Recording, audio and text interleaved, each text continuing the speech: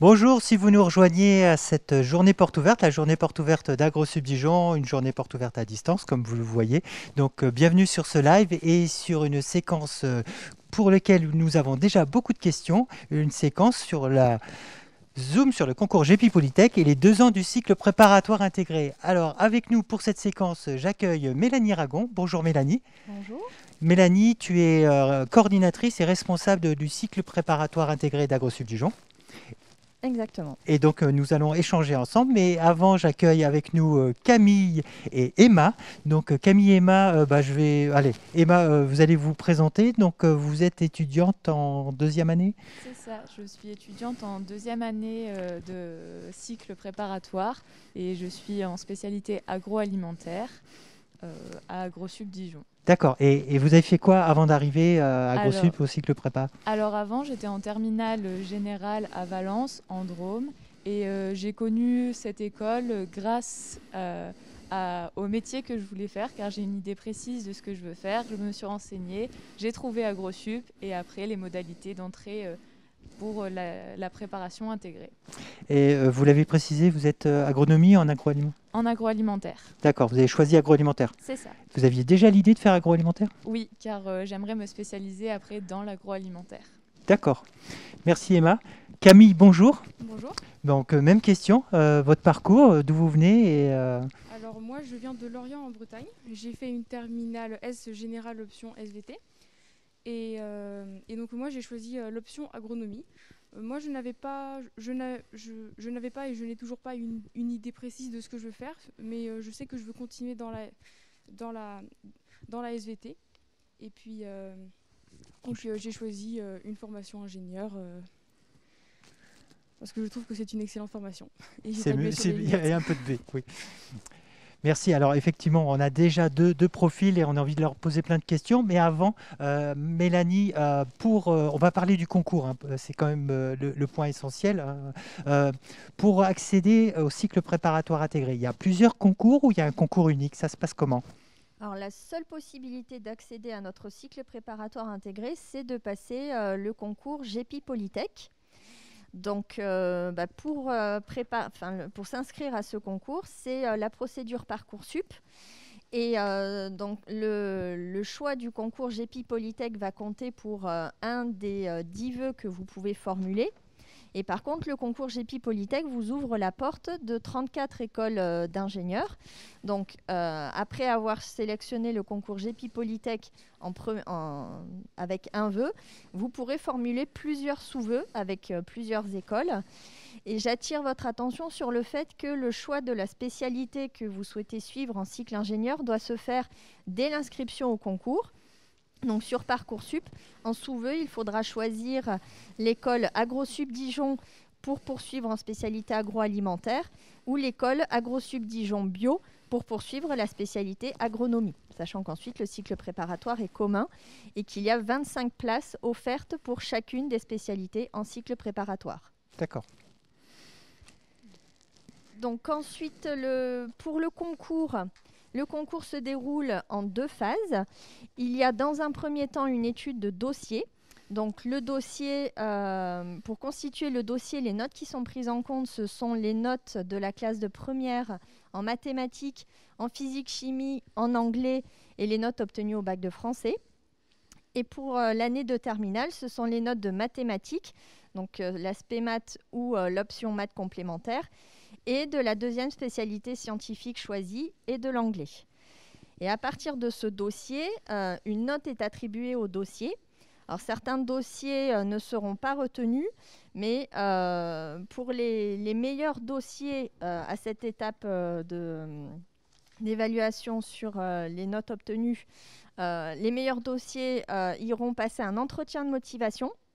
Et pour la majorité des autres candidats, ce sera une épreuve écrite, donc avec un sujet de mathématiques et un deuxième sujet à choisir parmi les spécialités physique-chimie ou SVT ou numérique, sciences informatiques ou sciences de l'ingénieur. D'accord.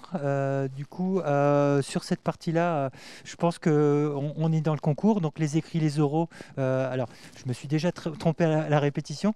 Camille, vous êtes passée directement à l'oral. Oui, c'est ça. Et ça s'est passé comment? Alors, mon oral, il a duré 20-25 minutes et je me suis retrouvée en face de 3 examinateurs. Donc, on m'a d'abord demandé de me présenter, ensuite d'expliquer pourquoi j'avais choisi une formation d'ingénieur. Et ensuite, on m'a posé des questions relatives à mes centres d'intérêt, en particulier mes centres d'intérêt par rapport au choix d'orientation que j'ai choisi. Donc, le but d'un oral, c'est vraiment pour les examinateurs de comprendre qui on est et quelles sont nos motivations. Et donc, pour préparer un oral, il est intéressant de travailler en amont, du coup, sa présentation et ses différentes motivations. Donc vous avez passé l'oral à Lorient, Exactement. pas à Dijon, mais vous n'aviez pas forcément des profs liés à la spécialité que vous aviez choisie. Donc c'est quoi qui a joué?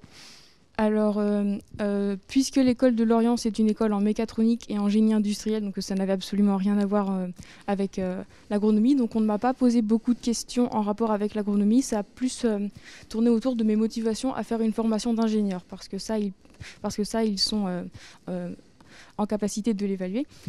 Et aussi tout ce qui se rapporte au centre d'intérêt du coup que je pouvais faire à l'extérieur, donc pour appuyer le fait que je sois intéressée par l'agronomie, l'environnement, etc. Merci Camille. Emma, vous avez passé l'écrit. C'est exact. Et ça s'est passé comment? C'était quoi le contenu des épreuves? Alors, l'épreuve est divisée en 2 matières, donc mathématiques, et pour moi c'était physique-chimie car j'avais le bac général, mais maintenant ça a changé. Et donc, c'est des épreuves d'exercices basés sur le niveau de la terminale, donc basés sur les exercices du bac. D'ailleurs, les exercices sont un peu similaires. Et il faut savoir que passer à l'écrit ne signifie pas qu'on ne peut pas accéder à son école. La preuve, je suis à AgroSup et c'était mon école de premier choix. Et si j'ai un conseil à vous donner, c'est pour travailler le bac et le concours. Et pour travailler le concours, il y a des annales disponibles sur le site de GEPI et c'est un bon entraînement à la fois pour le bac et pour le concours. Alors merci Emma, parce que ça répond déjà à des questions qui nous sont posées sur cet élément, on y reviendra tout à l'heure. Mélanie, on a passé ces épreuves, on a les résultats. Comment ça se passe pour l'affectation, pour l'admission, pour le choix de l'école?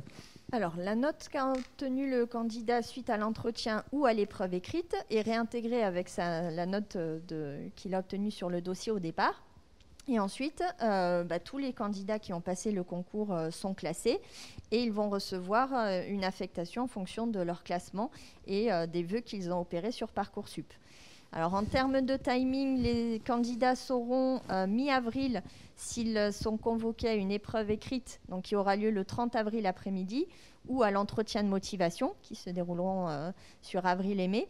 Et les résultats définitifs tomberont à partir du 27 mai et les étudiants pourront évoluer sur les listes complémentaires en fonction du retour de chaque candidat quotidiennement. Alors, j'enchaîne directement avec une question. On est la seule école à proposer ce cycle préparatoire, enfin ce concours? Or, parmi les écoles d'agronomie françaises, effectivement, nous sommes la seule école que l'on peut intégrer après le concours GEPI Polytech. Je te laisse continuer. Du coup, on a parlé du concours, on sait qu'on est admis, donc voilà, j'arrive à AgroSup Dijon, je vais faire mes 2 premières années de cycle préparatoire. Et concrètement, quels sont les cours? Alors les cours en prépa intégrée, ils sont majoritairement composés du coup de mathématiques, de physique, de chimie et de biologie. Évidemment, il n'y a pas que ça, mais une grande partie des cours sont composés de ces 4 matières. Donc les cours sont divisés en cours magistraux, donc ce sont des cours théoriques en amphi. Il y a également des travaux dirigés, donc des séances d'exercice en petits groupes pour permettre des interactions facilitées avec du coup ses camarades ou alors le professeur. Et il y a évidemment les travaux pratiques pour mettre en application concrètement ce que l'on a acquis pendant les autres cours. Et nos semaines de cours sont quand même un peu chargées puisqu'elles sont composées en général de 25 à 30 heures de cours. Et notre emploi du temps change toutes les semaines également. Après, il faut savoir que toutes les matières scientifiques se basent sur nos acquis de terminale. Donc, on va développer des nouvelles connaissances par rapport à celles qu'on a déjà.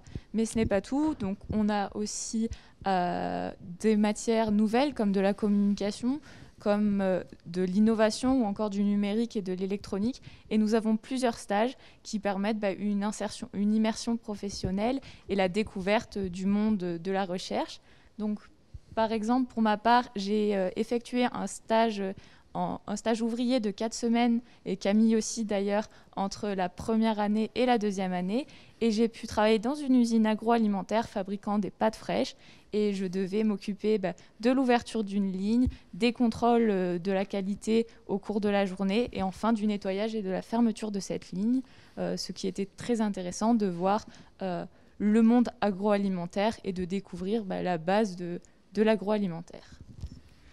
Oui, donc moi aussi, j'ai pu découvrir le monde agricole de l'intérieur puisque j'ai fait mon stage ouvrier dans une ferme maraîchère. Donc mes missions étaient constituées de l'entretien des cultures, de la plantation des cultures d'hiver et surtout de la récolte des produits d'été.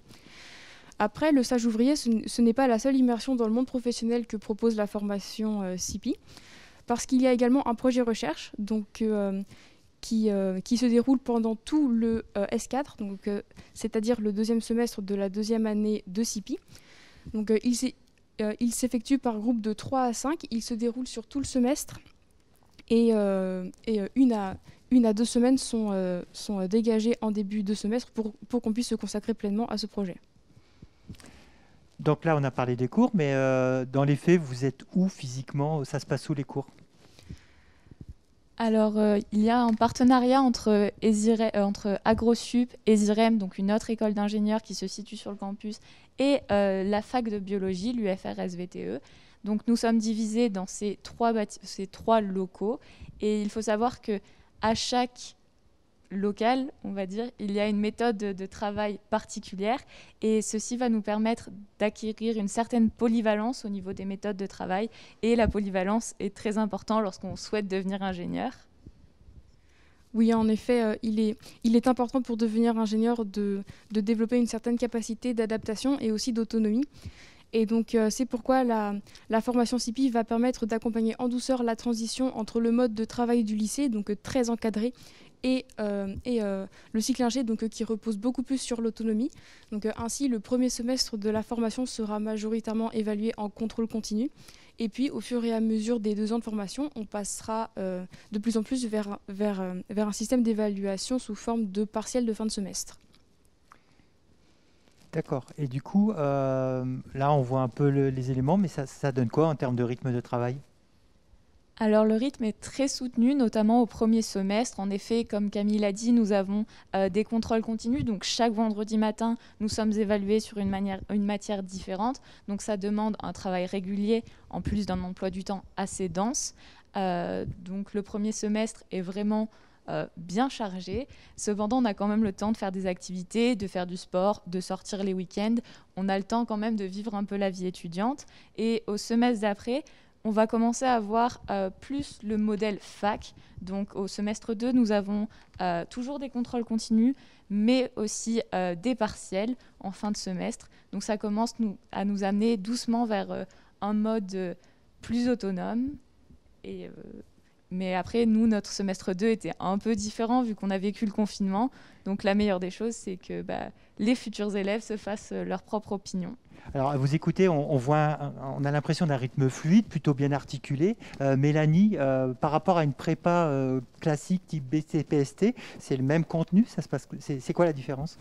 Alors, par rapport à une prépa BCPST, en fait, nous avons des objectifs de formation différents puisque notre objectif, nous, c'est que pendant les 2 années de cycle préparatoire, les étudiants acquièrent les compétences et les connaissances qu'ils devront avoir pour suivre en cycle ingénieur.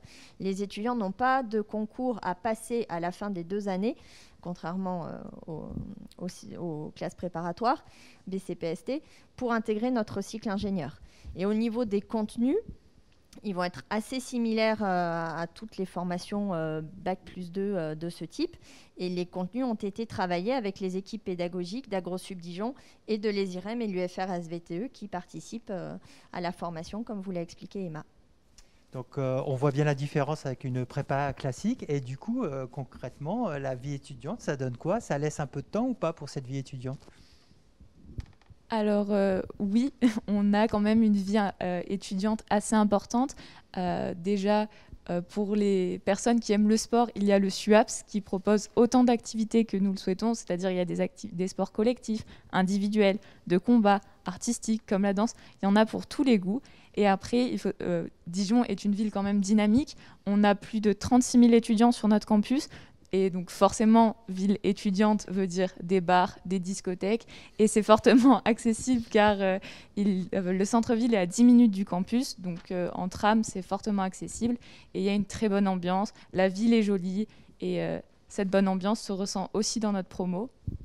Oui, exactement. C'est-à-dire que dans notre promo, il y a beaucoup de solidarité, beaucoup de convivialité. Donc il n'y a absolument pas de concurrence parce que, comme l'a dit Mélanie Ragon, il n'y a pas de concours à la fin des 2 années. Et donc cela participe à la naissance d'un excellent esprit de promo. Et donc cela est aussi dû au fait que la majorité des CIPI vivent dans la résidence Magon. Donc la résidence Magon, c'est une résidence AgroSup qui accueille exclusivement des élèves d'AgroSup, donc ingénieurs ou CIPI. Et donc pour être très rapide sur ce sujet, vivre à la résidence Magon, c'est extrêmement pratique parce qu'on est exactement juste en face d'AgroSup. On est à 15 minutes du point le plus éloigné du campus. Et puis c'est également extrêmement agréable de vivre à côté de ses camarades et de ses amis, par exemple, si on a besoin de se détendre après un contrôle ou alors après une journée particulièrement chargée, ou évidemment, si jamais on a besoin d'aide pour travailler un cours. À vous entendre, on vous sent presque apaisée ou sereine par rapport à cette formation. Donc, ce n'est pas parce qu'on a préparé cette présentation, entre autres, mais c'est vraiment comme ça que vous le vivez. Oui, il y a vraiment une très très bonne ambiance et on se sent apaisé. Donc, il n'y a pas de compétition entre nous. L'entraide est vraiment très importante. Donc, tous les facteurs stressants n'y sont pas, bien que nous devons travailler. Ça reste quand même une prépa. Tout est fait pour que nous réussissions. Et en plus de cela, il y a une forme de parrainage qui est mise en place entre les élèves de seconde année et de première année pour faciliter d'une part la transition entre le lycée et les études supérieures et d'avoir déjà des repères lorsque nous arrivons sur le campus, mais aussi ce parrainage va permettre de connaître des gens et d'organiser des éléments festifs, notamment Camille, si tu peux nous raconter ta première expérience avec le parrainage lors de ton arrivée. On va tout savoir. Alors moi je suis arrivée le lundi en fin de matinée, donc je me suis installée et après mon père est reparti puisque comme j'habite à Lorient, il ne pouvait pas rester indéfiniment dans ma chambre de 16 mètres carrés. Donc je dois avouer que le premier soir, ça a été un peu compliqué. Je n'avais pas forcément envie d'être là. Mais donc le lundi soir, comme il y a eu un apéritif organisé par les parrains, ça m'a directement permis de rencontrer tous mes camarades. Donc j'ai rapidement sympathisé avec un garçon qui se trouve était le filleul d'un ami de ma marraine. Donc voilà, exactement. Donc nous sommes finalement très amis aujourd'hui et donc ça m'a permis, de construire un bon réseau d'amis pour attaquer sereinement une année de prépa. Merci. Et alors, pour conclure sur cette séquence, parce qu'il y a beaucoup de questions qui arrivent, on a envie de prolonger l'échange avec vous et on va encore le faire avec les questions. Est-ce qu'il y a un contact, on peut déjà le présenter ou on en parle tout à l'heure ? On peut le présenter maintenant. Donc, depuis peu de temps, depuis cette année, nous avons une page Instagram et Facebook. Donc, vous pouvez nous retrouver sur cipi.agrosubdijon.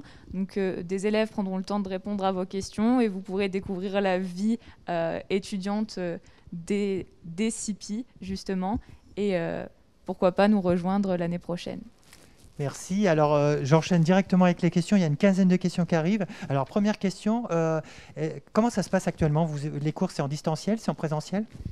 Alors, pour l'instant, nous suivons les cours à la fac. Donc, tous les cours magistraux CM, les travaux dirigés TD sont en distanciel. Et puis, les travaux pratiques sont, eux, en présentiel. Et donc, c'est le seul type de cours qui est en présentiel parce qu'il y a aussi les contrôles. Mais puisque nous sommes en tout début de semestre, il n'y a pas encore d'évaluation de mi-semestre. Et il faut noter que les premières années, donc nous sommes des deuxièmes années, mais les premières années, suite aux annonces gouvernementales, vont pouvoir reprendre les TD en présentiel, donc les travaux dirigés en petits groupes. D'accord. Mélanie, il y a beaucoup de questions dont tu as déjà parlé, mais qu'il faut peut-être rappeler concernant les choix en première ou terminale. Alors, je vais les lire, hein. Il y a notamment quelle spécialité faut-il avoir fait en terminale pour rentrer dans votre prépa intégrée? Et je vais intégrer. Et puis, il y a une deuxième question qui est de le même type, c'est-à-dire si nous n'avons pas pris spé, physique, chimie en première, pouvons-nous quand même passer le concours? Toute une série de questions autour de ces éléments-là. Est-ce qu'on peut refaire un focus par rapport au concours GEPI Polytech? Alors au niveau des spécialités pour la première et terminale, ça dépend effectivement des notes qui sont prises en compte au niveau du dossier. Donc vous le voyez, la note de physique-chimie de première qui est prise en compte. Donc un étudiant qui n'aurait pas suivi la physique-chimie en première peut quand même s'inscrire au concours et la note de physique-chimie ne sera pas prise en compte. Au niveau de la terminale, c'est la note de mathématiques et de la deuxième spécialité scientifique qui va compter.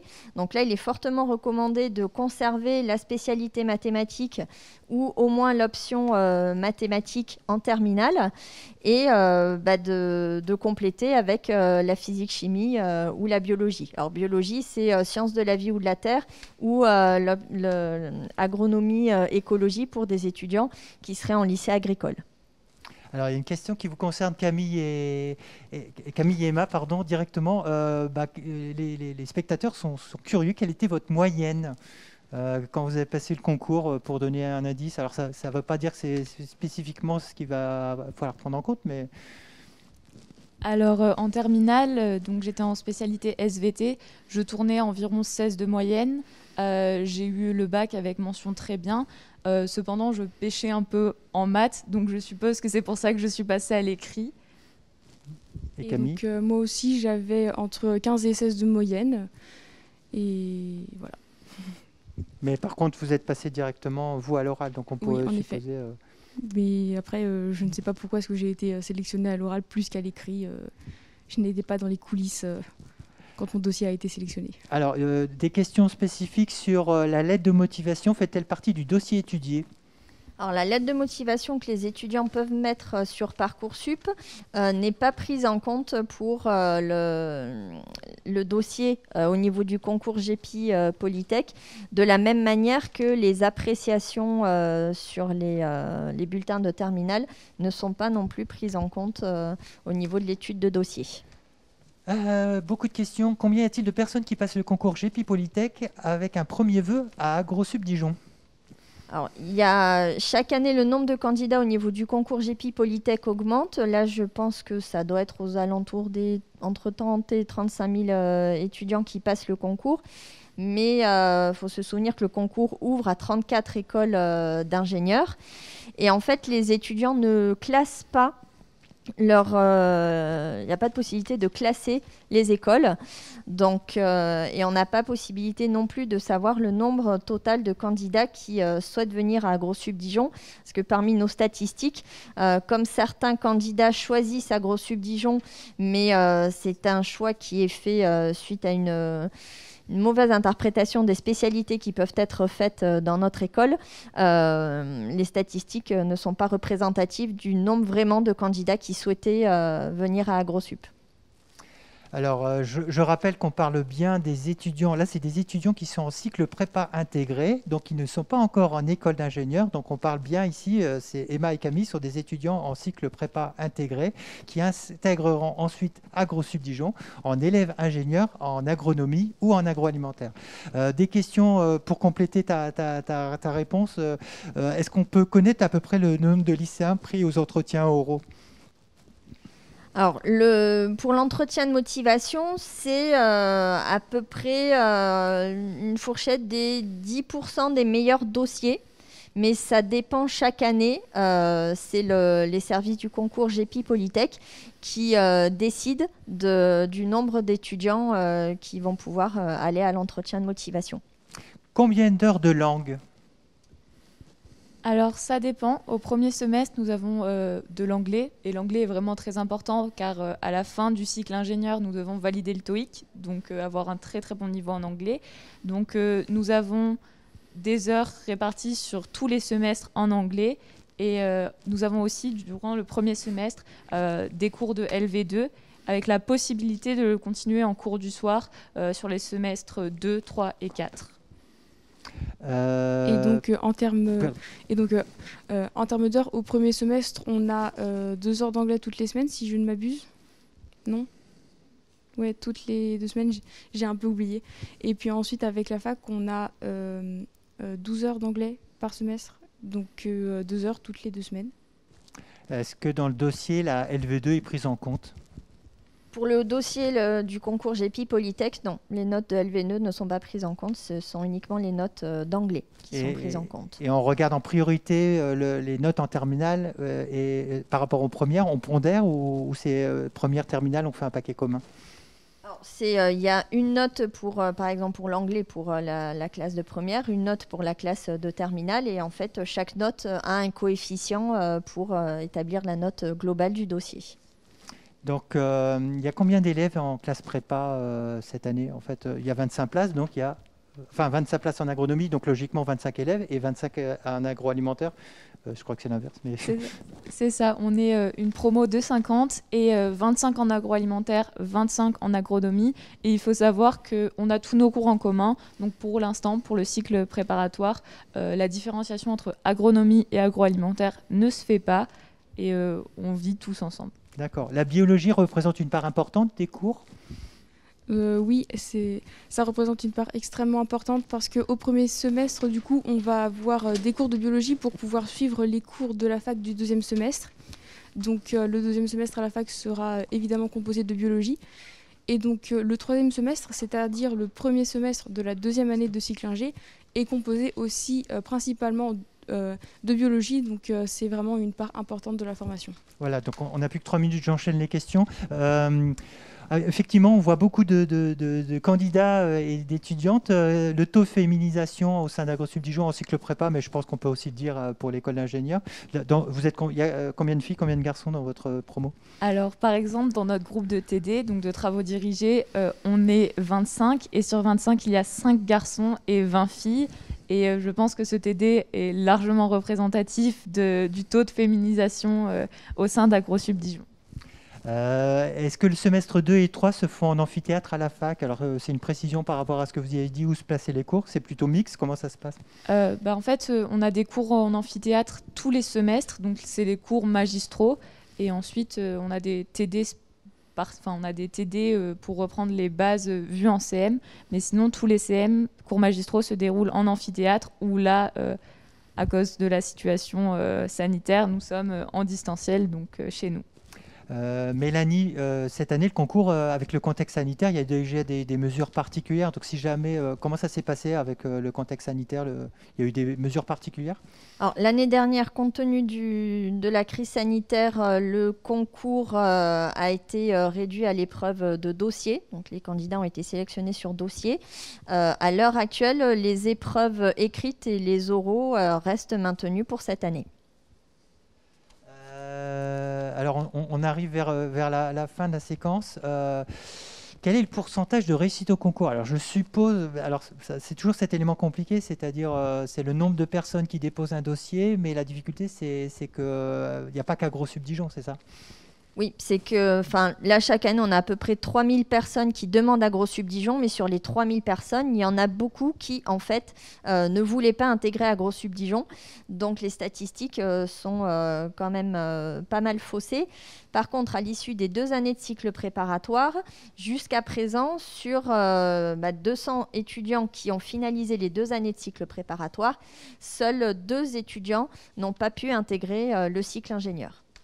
Donc, on arrive à la dernière question que je vais prendre en termes de conclusion. Emma, Camille, voilà. Quel conseil donneriez-vous à un candidat qui hésite à passer le concours ou qui va passer? Quel conseil donneriez-vous? De ne pas stresser et de croire en lui déjà, parce que le stress, ça pénalise beaucoup sur nous-mêmes, ça nous empêche de faire de jolies choses et de préparer le concours en amont. C'est toujours une révision pour le bac et de croire en soi. Si vous voulez l'école, donnez-vous les moyens de réussir et vous réussirez.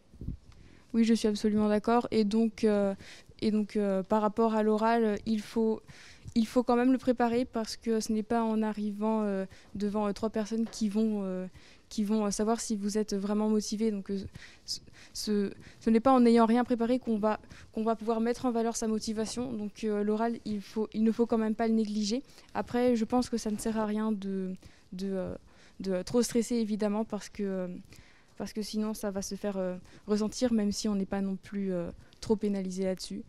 Donc voilà.